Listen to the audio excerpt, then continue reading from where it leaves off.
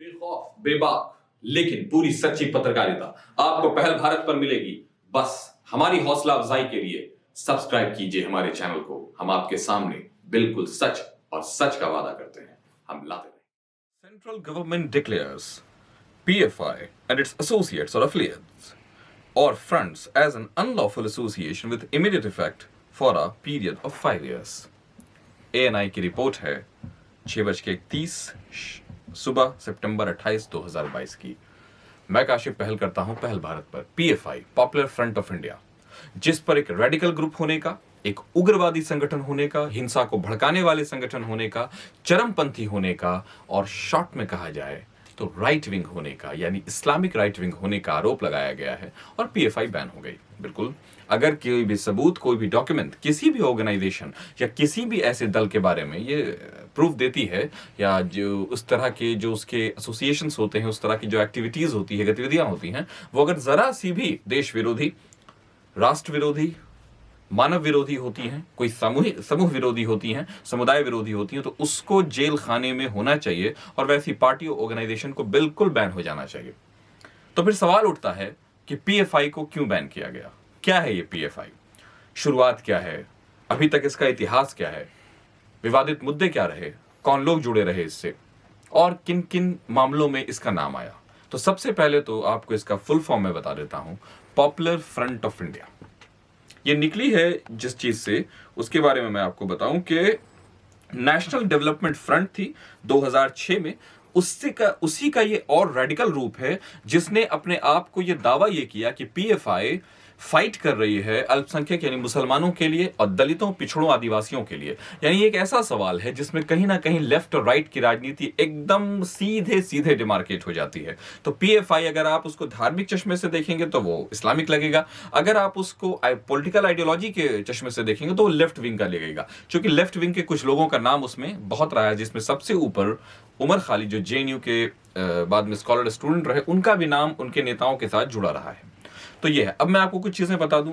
बात है 2006 की, जब इस ग्रुप को बनाया गया, और इसमें जो सबसे इंपॉर्टेंट 3 ग्रुप जिनको मिला करके बनाया गया था वो सुन लीजिए कौन कौन। Democratic front in Kerala, Karnataka forum for dignity और तमिलनाडु में मनीथा पासराई के विलय के बाद ये 2006 में 2 नवंबर को ये बन गया था। लेकिन इसका जो आधिकारिक, समझिए, सबसे पहले पीएफआई बन चुकी थी, पीएफआई अपनी एक्टिविटीज में भी लग चुकी थी, संलिप्त हो चुकी थी, लेकिन जिस इसने जो अपना डिक्लेयर किया अपने एसोसिएशन को, उसने 2007 को एम्पावर इंडिया कॉन्फ्रेंस के दौरान बेंगलुरु में, और जहां वो सबसे ज्यादा मजबूत मानी जाती है, वहीं उसने शुरू किया। ये उसका इतिहास है। अब मैं आपको बताऊं इसके इतिहास में विवादास्पद कहां से जुड़ गया, विवाद कहां से जुड़ गए। पीएफआई ने शुरू किया, पीएफआई पर जो 2 आरोप लगे, कानपुर दंगे और दिल्ली दंगे को, सीए एनआरसी के टाइम में पीएफआई बहुत सॉलिडली विरोध में, हिंसक प्रदर्शन में सामने आ रही थी, और उसका नाम आ रहा था। सच्चाई और जो काल्पनिक बातें क्या है, ये बात की चीजें हैं, ये जांच का विषय। लेकिन अभी आजकल जो सबसे ज्यादा उसका नाम आ रहा है, वो रीजन ये रहा कि जबरदस्त तरीके से रेड मारा गया है। पीएफआई के लगभग कहा जा रहा है 11 से 15 स्टेट्स में, दिल्ली जिसमें इंक्लूडेड है, बिहार, उत्तर प्रदेश, मध्य प्रदेश, राजस्थान, तमिलनाडु, केरल, इन सारे स्टेट्स में एनआईए, ईडी और वहां की लोकल स्टेट की जो पुलिस है, सब ने मिलकर छापा मारा, और 106 से ज्यादा गिरफ्तारियां बताई जा रही हैं, जिसमें उसके बहुत सारे जो लीडर्स हैं पीएफआई के, वो सारे के सारे अरेस्ट हुए हैं। और ऐसा नहीं है कि भारतीय जनता पार्टी ने ही सिर्फ पीएफआई के खिलाफ मामले में कहा होगा।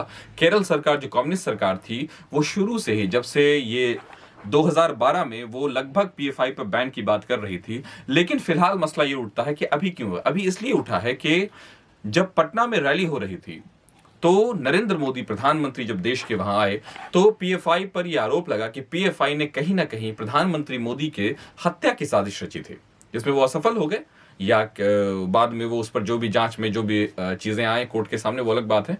लेकिन फिलहाल पीएफआई एक खतरनाक संगठन के तौर पर कम से कम बताई जा रही है, और उसकी जो हरकत दिख रहे हैं और जितने प्रूफ्स मिल रहे हैं, क्योंकि जहां जहां छापेमारी हुई है वहां ये बताया जा रहा है कि ईडी को, एनआईए को और लोकल पुलिस को बहुत सारे ऐसे लिटरेचर मिले हैं, बम बनाने के, तलवार बनाने के, फिर धार्मिक उन्माद फैलाने के और दूसरे धर्मों के खिलाफ फैलाने के, पीएफआई के ऑफिसेज में और उसके ज्यादातर ठिकानों पर जो छापेमारी हुई है उसमें यह बताया जा रहा है। अब मसला यह आता है कि पीएफआई पर बैन लगने से ऐसी, अच्छा पीएफआई किस संगठन के साथ सबसे ज्यादा, उस पर तो तालिबान और अलकायदा के साथ भी जुड़े रहने का आरोप लगा है, साबित अभी नहीं हुआ है, सिद्ध नहीं हुआ है, बातें चल रही हैं, वो अलग बात है, लेकिन लगा है। तो सिमी से भी, सिमी एक ऐसा ऑर्गेनाइजेशन है जो स्टूडेंट्स ऑफ, उस तरह के स्टूडेंट, एक तरह से कहा जाता है कि सबसे पहले जब जमातुल इस्लाम जो ग्रुप था उसके स्टूडेंट विंग ने को सिमी का नाम दिया गया, जो 1977 में वो बना था। वो शुरू से ही लगभग बैन चल रही है, शुरू में कुछ दिनों के बाद उस पर चलते चलते, लेकिन उसमें बैन लग गया और स्टेट ने बड़ी मजबूती से, यूएपीए के भी कानून लगे उसी पर, उससे बहुत बहुत बैन हुए, अरेस्टिंग हुई, हर चीज चल रहा था। जो सबसे जबरदस्त बात इसके बारे में कही जा रही है वो ये है कि सिमी के साथ इसको जोड़ा जा रहा है। अब सिमी क्या है? सिमी एक ऐसा संगठन है जो 1977 में बना था और वो बहुत रेडिकल था, उसका ही बीविंग कहा जा रहा है पीएफआई को। पीएफआई से भी अच्छा, देखिए मैं आपको एक बात बताऊं, जिस तरह पीएफआई है उसी तरह अपने नेचर में या अपने शक्ल में आरएसएस, ये जो दूसरे ऐसे संगठन हैं जो पॉलिटिकल इलेक्शंस नहीं लड़ते हैं, जो चुनाव नहीं लड़ते हैं, उनका मकसद होता है कल्चरल चेंज लाना। उसी में आरएसएस भी आती है, उसी में पीएफआई आती है। बैन लगाना, ये करना वो अलग बात है, लेकिन जो नेचर दिखलाते हैं चूंकि पॉलिटिकल, लेकिन पीएफआई ने अपनी तरफ से एक एसडीपीआई नामक एक पॉलिटिकल पार्टी को जन्म दिया जो इसके पॉलिटिकल काम को कर रही थी, जो कहीं ना कहीं इसके पॉलिटिकल चीजों को देख रही थी। उसका नाम था social democratic party of India. ये 2009 में पीएफआई ने इसको जारी किया, जो एक तरह से समझिए पीएफआई के तौर पर कहीं ना कहीं अगर देखा जाए तो, आपको समझाने के लिए मैं बता रहा हूं कि जिस तरह से आरएसएस की पॉलिटिकल रिप्रेजेंटेशन बीजेपी कर दी है, उसी तरह से पीएफआई का पॉलिटिकल रिप्रेजेंटेशन एसडीपीआई कर रही थी, social democratic party of India. लेकिन इस पर भी बाद में इल्जाम लग गया सीएनआरसी के टाइम में, दिल्ली में दंगा भड़काने के मामले में। तो चूंकि वजह यह भी एक बात बताया जा रहा है कि शुरू में जब ये केरल से शुरू हुआ था तो इसका जो प्रमुख मुख्यालय था, जो सबसे मेन ऑफिस था, हेडक्वार्टर था, वो केरल था। लेकिन बाद में चलते चलते शाहीन बाग आ गया, और चूंकि शाहीन बाग आ गया और पीएफआई के ज्यादातर जो मामले होते हैं वो इस्लाम और मुसलमानों से जुड़े होते हैं, या कहीं कि मुस्लिम समस्याओं से वो ज्यादा, या मुसलमानों को अपनी तरफ ज्यादा अट्रैक्ट करने की कोशिश करते हैं, इसीलिए ज्यादातर मुस्लिम आबादी की तरफ ये घंघोर अवस्था में पाए जाते हैं। लेकिन मसला यह है कि पीएफआई पर बैन, तो फिर जो दूसरे ऐसे, जैसे सीपीआई ने कहा है कि ठीक है पीएफआई पे बैन लगना चाहिए अगर वो धार्मिक उन्माद और धार्मिक झगड़ा फैला रही है, हिंसा फैला रही है, तो दूसरे संगठन जिसके नेता खुलेआम, या ऐसे लोग जो जिस भी संगठन से जुड़ चुके, कोई भी संगठन जो अच्छा और गलत काम कर रहा है उसके सदस्य द्वारा ही कर रहा है, ये बात तो क्लियर है। तो उसके जो सदस्य हैं यानी कि वही उस संगठन को दिखा रहे, तो उनको याद कीजिए। जिन लोगों ने खड़े होकर सभा में कहा कि मुसलमानों को मार दो, उनको भगा दो, उनकी औरतों का बलात्कार करो, उनके साथ क्या होना चाहिए? उनको भी बैन होना चाहिए।